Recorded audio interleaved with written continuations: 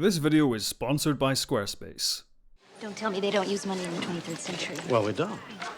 The economics of the future is somewhat different. The acquisition of wealth is no longer the driving force in our lives. We work to better ourselves and the rest of humanity. What does that mean exactly? It means we don't need money. This is something Star Trek writers and fans have been grappling with for decades. How does Star Trek's future society work? In previous videos, I covered topics like money, work, property, social currency, and government. To sum up, replicators have made money as we know it redundant because now everything is in abundance.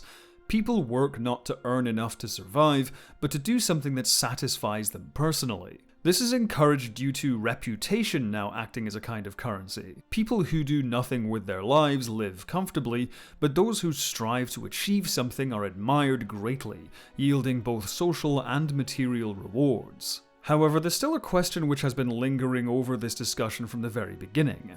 If there is no money and property is only personal, not private, and one's reputation can yield material rewards like a nice house, who is building all those houses? More than that, who is building the bars, cafes, amusement parks, arts centres, and all those other things which can't be done by individuals? In the modern world, housing is often dominated by private corporate developers, who build and sell homes for profit. But if there is no profit motive, then developers would have no reason to build homes, and so wouldn't the housing industry just collapse? Well, it's worth remembering that private developers are not the only ones who build homes. There are also building societies, housing associations, and social housing. These organizations differ wildly in how they operate, but they operate on the same basic principle. Communities recognize a need for housing, and so they band together to make sure there's enough to go around, usually by contributing into some kind of shared pool of resources. Though money is the driving mechanism behind their operations, the goal of these organizations is to provide people with homes, not to turn a profit. In Star Trek's future, organizational models like these have either overtaken or outright replaced private developers as the main housing provider. However, as I said, while these organizations are not for profit, money is still the driving force behind their operations in today's world. And while the entities themselves don't prioritize profits, some members of building societies do want to see their investments grow. So if we remove money from the equation, don't these kinds of mutual companies also collapse? Let's back up a second. To clarify, I didn't say building societies, housing associations, and social housing schemes as they exist today would overtake private developers. I said organizations with models like them would. Again, they're all built on the same principle of a large group of people pooling resources to build homes. In Star Trek's future, it's the same model but a different motivation. In part 1 of this series, I pointed out that money is not the only reason people work. In today's world, people need money to survive, which is why a lot of people end up in jobs they hate. But there are also plenty of people who work for some kind of intangible reward. Joseph Sisko, for example, doesn't earn any money running his restaurant, but he clearly loves the work. He finds joy in preparing food and talking to customers and keeping the place running. All his basic needs are already met, so he's free to do what he enjoys most in life, which is running this restaurant. So what kind of intangible rewards come from building homes, or building anything for that matter? If money isn't driving construction and no investors are turning a profit, why are buildings still being built? There are two main reasons for this. The first being simple expression. Buildings are there to serve functions, but architecture itself is an incredible medium for artistic and even philosophical expression. In a world with no budget constraints and rapid construction tools like replicators and robots, just imagine the freedom architects would have to create. This extends to interior designers and furniture makers too. Imagine what they could do in homes fitted with holodeck technology, though more on that later. So in Star Trek's future, mutual organizations building homes wouldn't be made up of investors. Instead, a huge chunk of their membership would be made up of artists looking to express themselves through the designs of the buildings. The second reason buildings are still being built in Star Trek's future is simply because it's a morally good thing to do. Everyone should have a right to live with a roof over their heads. Think of all the volunteers today who build schools, hospitals, and houses in impoverished areas. They don't do it for any kind of material reward, they do it simply because it's a good thing to do. In Star Trek's future, or at least in my headcanon, most construction labour is taken care of by machines, but volunteers could still help organise the project, perhaps work to solve any engineering problems, find suitable land, and so on. It would be a lot of work, but at the end of it, they're helping provide someone with a home. That's a good thing, and in a world where reputation is currency, that would go a long way. These are the primary drivers of development in Star Trek's future. Any gaps in supply could easily be filled by social housing built by the Federation government. And if you remember what I said in part 1, replicators are the ultimate tools for self-sufficiency. If you didn't want to join a mutual organization to build your home, and if you didn't want to live in social housing, just grab a replicator, find a nice spot, and do it yourself. With 24th century technology, anyone can simply build a home themselves. Thankfully, we don't have to wait for 24th century technology to build our own websites, thanks to today's sponsor, Squarespace, the only tool you'll need to create a beautiful looking website for your business, portfolio, or online store. I used it to create my production company's website, and I didn't know the first thing about coding. I just found a template that worked for me and customized it using simple drag and drop tools. And now the process is even easier thanks to design intelligence. By combining 2 decades of industry-leading design expertise and cutting-edge AI technology, you can have a brand new website up and running literally within minutes. Everything from finding a template to integrating SEO can be personally tailored to your needs. Jump over to Squarespace using the link below to start building your website and use the coupon code RowanJColeman for 10% off your first purchase. All that being said, there's still the question of land use. We can explain how and why buildings are still being built even without a profit motive, but how do we decide who gets to use which piece of land? For one thing, the planet Earth is a lot bigger than most people perceive it to be. Most land on the planet is still uninhabited. Earth isn't turning into Coruscant anytime soon.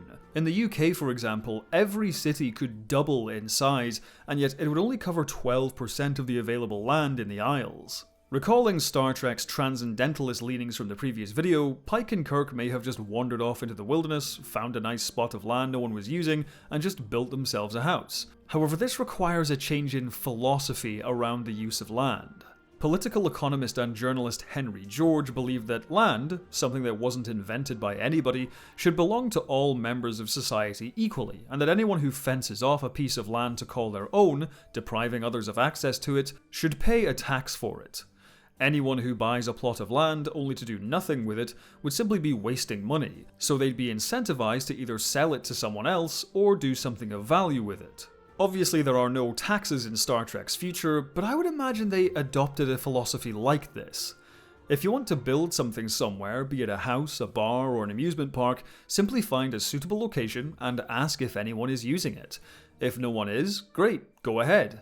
If someone is using the land or someone nearby objects to what you're building, just talk it out and figure out a solution, or find somewhere else. Land is in finite supply, yes, but in Star Trek's future, people can use way more of it than we can today. Today, if you want to build some new houses near a city, you need to connect it to the city's infrastructure. The further away you build, the more costly the infrastructure. This has led to a concentration of people and resources into cities. However, in Star Trek's future, replicators remove the need to be connected to a grid, and transportation to anywhere on the planet might as well be instantaneous. In a world of shuttlecraft traveling at relativistic speeds and global transporter networks, where people build is no longer limited by geography. Imagine living in London, working in Shanghai, and having dinner in Paris all on the same day.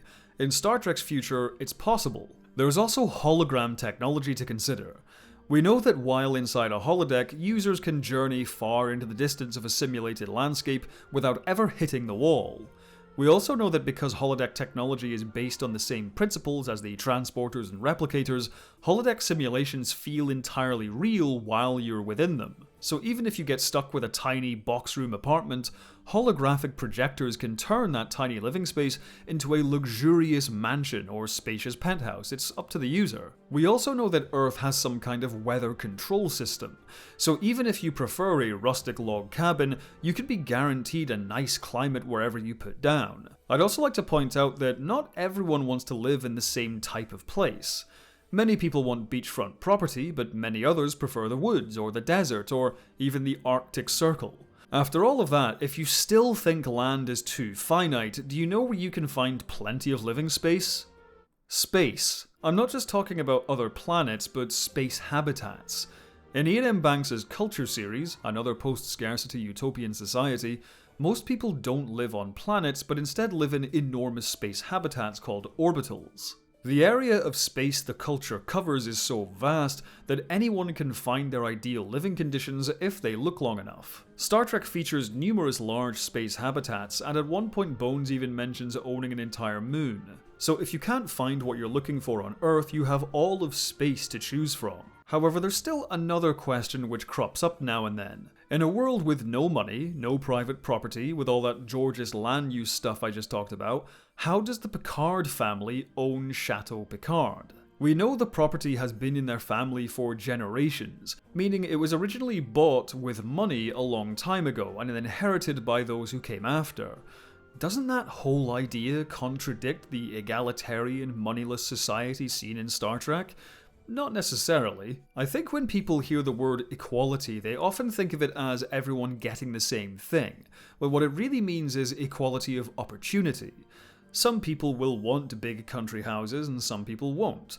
The point is, everyone gets the opportunity to have both. Although the Picards came to own the chateau thanks to a system which no longer exists, that doesn't automatically mean it would be taken away from them. Star Trek's future is an evolution, not a hard reset, so there's some nuance in the transition from our modern day society to Star Trek's future society. It's not an all or nothing proposition.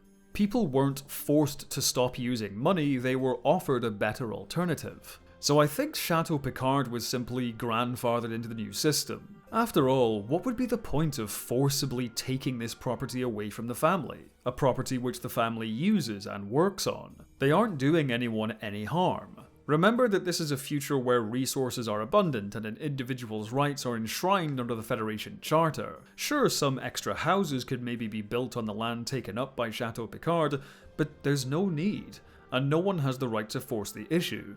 It doesn't have to be an issue at all. Why does the Picard family get to own Chateau Picard? Considering everything I've said in this video, the answer is, why wouldn't they? Far from the absence of money crippling housing and leisure, in Star Trek's post-scarcity future, those things have been liberated. Rather than private for-profit developers driving construction, new houses and attractions are created by artists expressing their creativity and volunteers putting their time and effort towards making people's lives better. In a world of super-fast transportation and abundant land, people are no longer limited by geography. The world is everyone's oyster, free to live, work and play anywhere they want, customizing their environments to suit their needs. And if Earth isn't enough, people have the enormity of space to find what they're looking for. All of that sounds wonderful, right? The trouble is, that's not quite the Star Trek universe we're presented with, is it? As many people have pointed out in the comments, the future I've described in this video series is contradicted numerous times by what we see in the Star Trek universe. And that's because, as we'll discuss in the next video in this series, the Star Trek universe is fundamentally broken. Thank you for watching. Leave the video a like, and if you want to stay up to date on future uploads, hit the subscribe button and bell icon. You can also see videos early, uncut and ad-free by joining me on Patreon. Speaking of which, I'd like to thank all of my patrons and members with an ultra thanks to Ian Feebig, Alex Miller, Eamon Kelly, Michael Hardy, Ian Hodge, County Ark, Mike Halsey, Retro PC Gamer, Benjamin Stokes, Hiroshi the Dog, Movie Magic, Charles Borsam, Olivia Computer, Bano, Extreme Streamers, Tom, Dusk, Colin Camille, Patrick Fleming, Matthew Camille, Ed Mark Starr, Dylan Thomas, Lilac Yane, Howard Craig Kervik, and Caging G. Thank you once again for watching, and until next time, have a good one.